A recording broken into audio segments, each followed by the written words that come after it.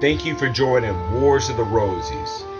As we continue with part 5 of the authentic and complete history of the ancient and mystical order Rosicrucian. Taken from the American Rosae Crucis magazine, Volume 1, Number 3, March 1916. The authentic and complete history of the ancient and mystical order Rosicrucian, compiled by H. Spencer Lewis, F.R.C., Grand Master General and Imperator of the Order in the United States. When the Rosicrucian movement reached France early in the Christian era, it found there its greatest welcome. The pilgrims to the Holy Land had brought back to the counts and lords of the south of France reports of the activities of certain secret societies devoted to science and brotherhood. Charlemagne was at the time conducting his great school of learning. History will tell the layman considerable regarding this famous school. Charlemagne realized that through education alone could he build his power and hold the reins over government.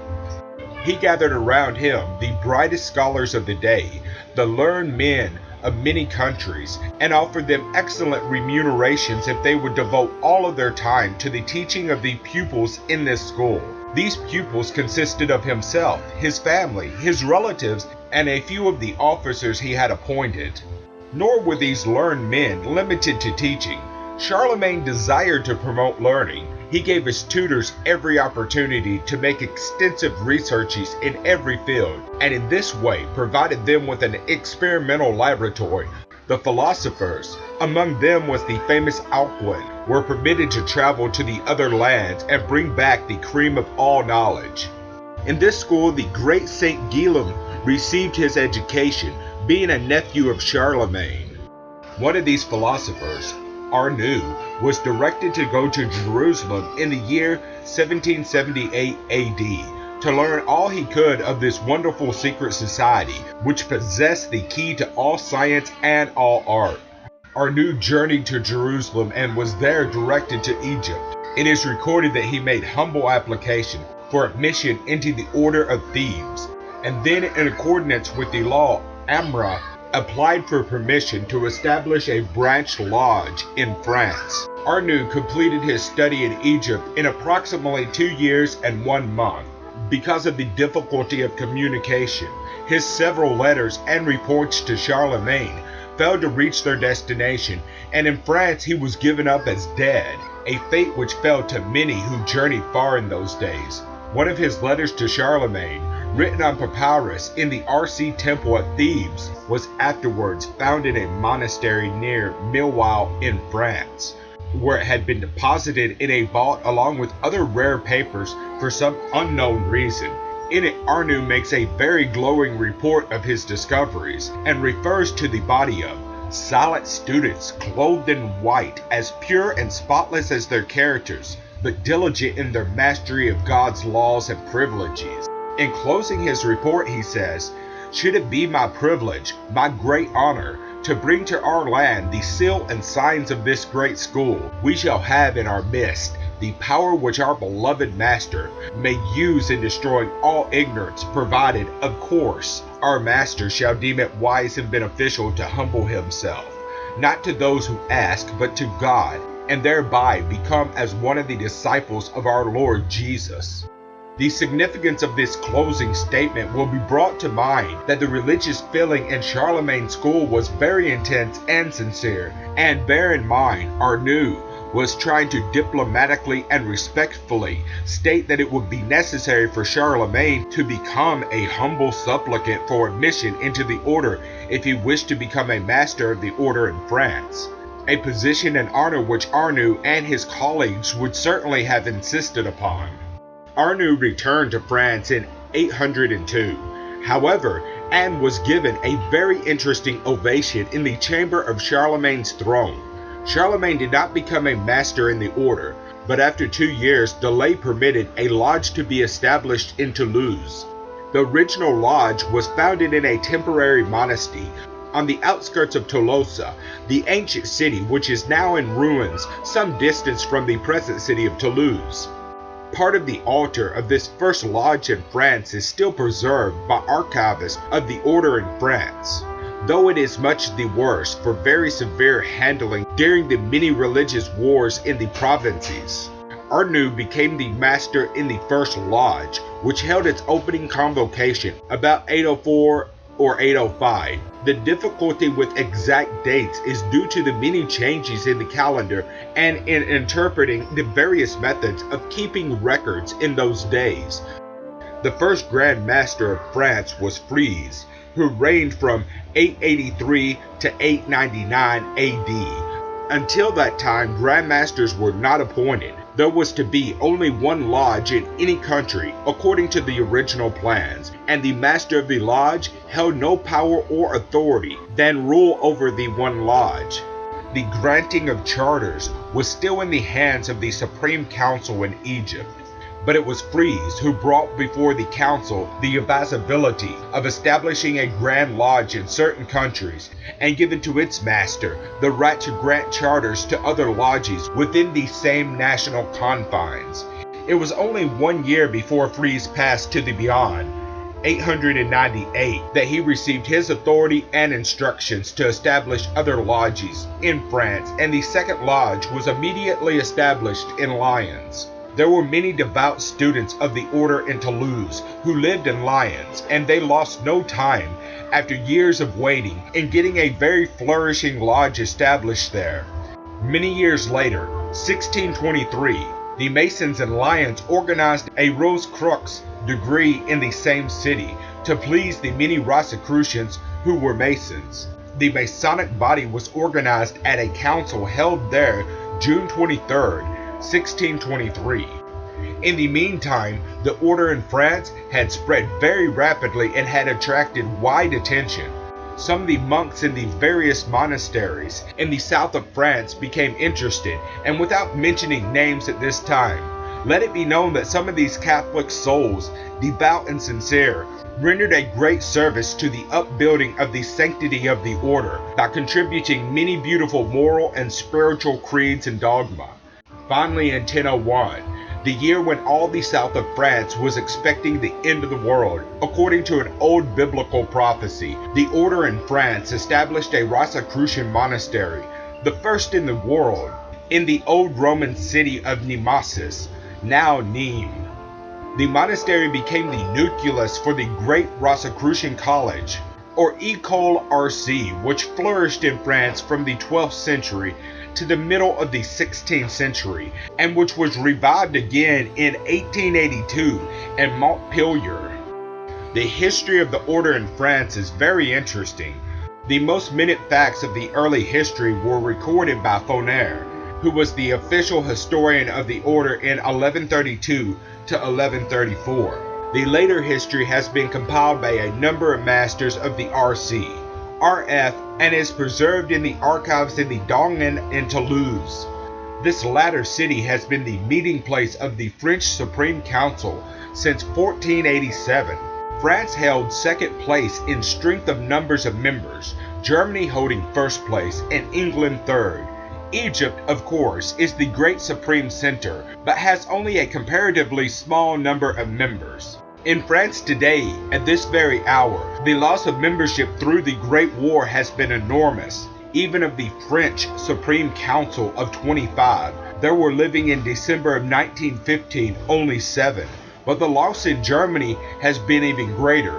So many of the brothers of the order in France were living in the south of France that, although they were called upon to bear arms, they did not reach the front. Then again, a great many of French brothers were older men and men who held high offices in the army, navy, and general government, and they did not participate in the actual conflict. In Germany, the loss had been beyond estimate. Without doubt, it will reduce Germany's strength to third or fourth and leave France in the lead.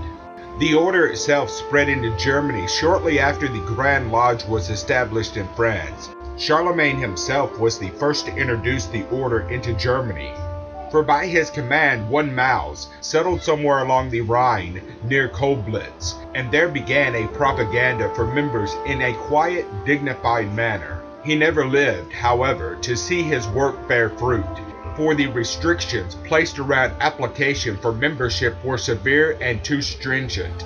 But in 1100, a lodge was established in Worms, which became the Grand Lodge. The order grew rapidly in Germany during the 12th century, but it remained so secret and so inactive in its outward manifestation that little was known of the order or its members. Towards the beginning of the 15th century, a spell of quietude or dormancy came to the order, and as its members passed on, a few were omitted. Religious controversies and other troubles, not of interest here, nor wise to tell, threatened the complete destruction of the order. At the beginning of the 15th century, there were only about 700 brothers and sisters of the order living within the jurisdiction of the German Grand Lodge at Leipzig. But in the 15th century, at almost the last moment, the Great Revival came, and whilst this Great Revival brought new life, new vigor, and new hope to the order in Germany, it has been proven to be the most disastrous blow that ever came to the order anywhere throughout the world. It has left a question, a doubt, unanswered and unsettled in the layman's mind, and has caused more misunderstanding of the order's true history and ancestry than this humble attempt by me will ever be able to make clear. In fact, it is necessary to speak very plainly on this matter, more plainly than Rosicrucians have ever hoped to see put into public print, although one and all have felt that in some way the apparent mystery, not to say misunderstanding, be removed from the public's mind. But as I stated in the first installment of this history, there is no prohibition against part of the truth of the German establishment, and the part which is prohibited I will give now to the public for the first time. Be it known, then, that notwithstanding the usual absurd and contradictory stories of those who do not know, the Rosicrucian order in Germany was not established by Christian Rosenkreuz or by Andrea Valentin or Jonah Valentin Andrea, nor by Martin Luther in 1615. In 1399, there journeyed to Egypt one Christian Rosenkreuz, who was born in Germany in 1378. He had been initiated into the order in Germany on his 21st birthday, according to the official records kept by Krastenhof, master of the 13th Lodge, R.C. in Germany. He was an ambitious young fellow and had been educated in a Catholic monastery and was especially proficient in chemistry. One of the great cross formula of chemistry is attributed to him. In the Rosicrucian temple in Egypt, he laid before the Supreme Council a most remarkable document giving the status of the order in Germany. This document, a predecessor of many now compiled, showed the name, birthday, occupation, education, religion, degree, endeavor, attainment, and responsibility of every member of the order in Germany. On the basis of the figures he presented, he argued that immediate steps must be taken to re-establish the order and rejuvenate its life in our land. He offered several plans to this council, held on December the 2nd, 1400 AD. 3 proposals were unconsidered, and one was rejected because it threatens the secrecy of our internal organization. But a 5th proposal was accepted, and after being titled a Magi of the Order on January 12, 1401, he returned to Germany, prepared to carry out his plans. I will spare many minute details and give briefly the facts of import. In 1408, he and 3 other masters of the oldest existing lodges in Germany issued several manifestos, the last one being numbered 329. These called upon all the Rosicrucians within their jurisdiction to conduct a quiet canvass for new members. In 1410, a new Rosicrucian temple was opened in Leipzig, and a very active campaign was instituted for increasing the membership through non-sectarian lectures on religious subjects. In 1420, the membership of the order had been increased to 1,345. In 1484, Rosenkreuz passed on to the spiritual realm, satisfied that he had done all he could to rejuvenate the life of the order in Germany. But, and here is very difficult to explain to those not initiated, In 1450, there was born to one of the three masters associated with Rosenkreuz a grandson whom Rosenkreuz predicted someday would become the Grand Master of the Order in Germany.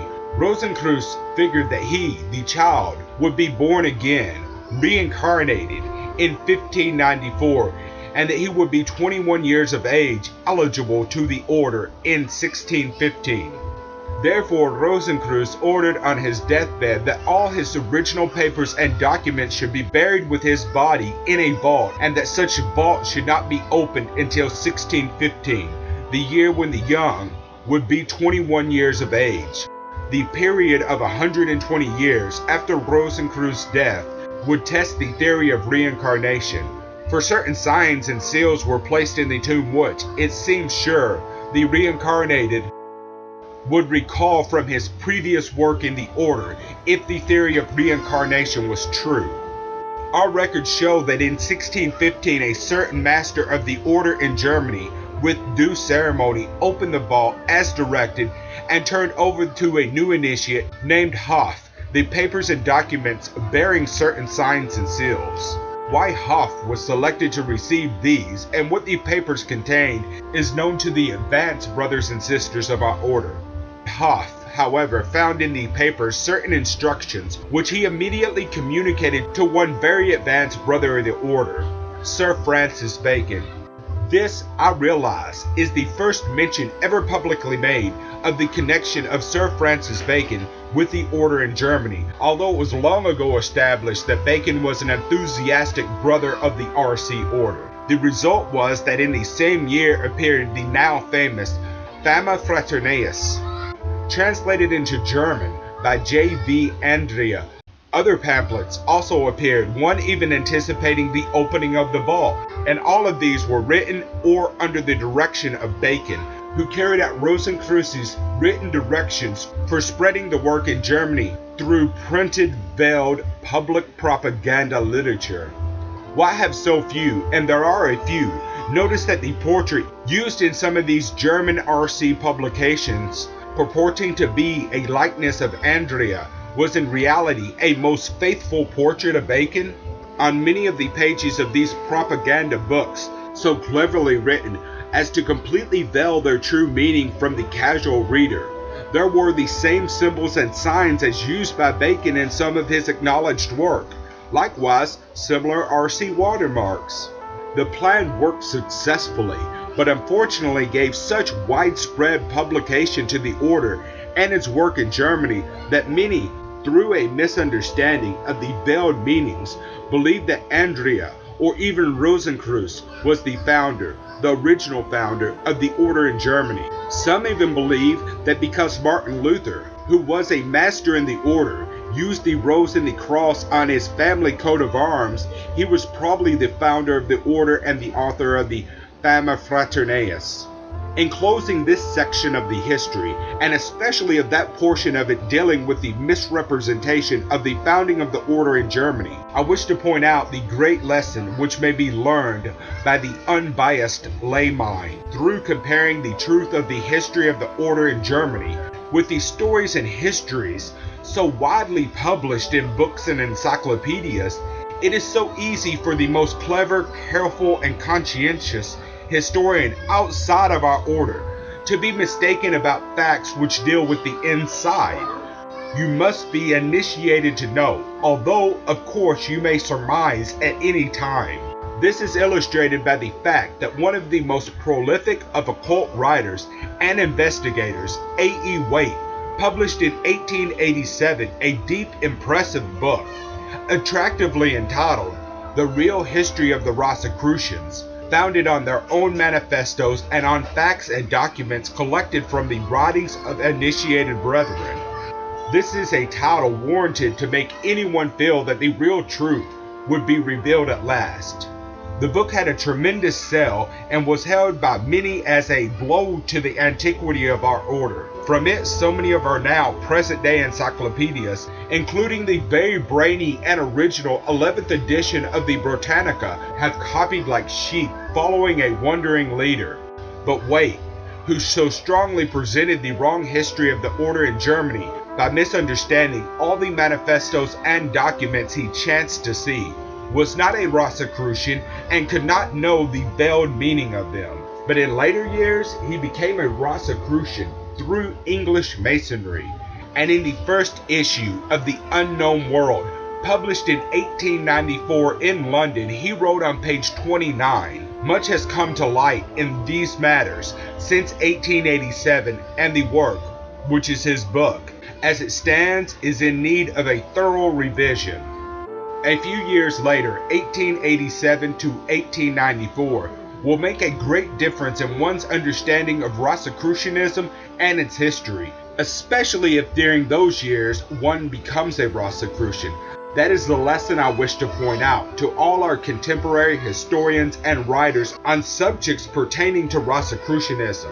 The next installment of this history will deal with the order as established in America, with a brief outline of the many attempts to start or found a similar organization in the United States, beginning with the visit to this country of Vaughan, and of the unsuccessful plans of one Randolph and his followers, who attempted to create a secret society through the sale of nondescript books and miscellaneous writings. Thank you for watching. Please don't forget to share, like, subscribe, and comment. If you can, please consider donating to Wars of the Rosies. Links to PayPal and Patreon are in the description. Thank you very much.